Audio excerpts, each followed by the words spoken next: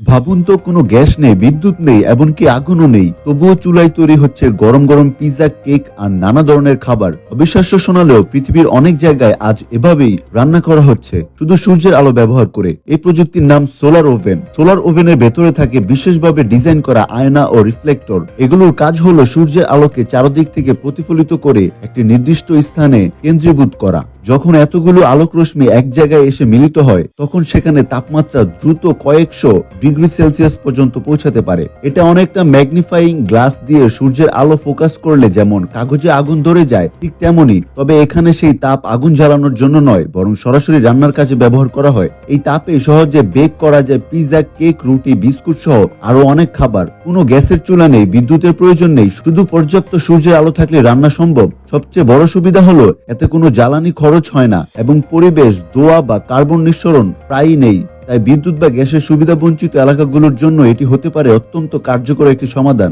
বিশেষজ্ঞদের মতে, জ্বালানির ক্রমবর্ধমান সংকট ও পরিবেশ দূষণের এই সময়ে সোলার ওভেন টেকসই একটি প্রযুক্তি। এটি প্রমাণ করে প্রকৃতির অফুরন্ত শক্তিকে সঠিকভাবে কাজে লাগাতে পারলে শুধু সূর্যের আলো দিয়েই নিরাপদ, সাশ্রয়ী এবং পরিবেশ বান্ধব উপায়ে রান্না করা সম্ভব। সূর্যের আলোয় রান্না, যা এক সময় কল্পনা মনে হতো, আজ সেটাই বাস্তবে বদলে দিচ্ছে মানুষের জীবন।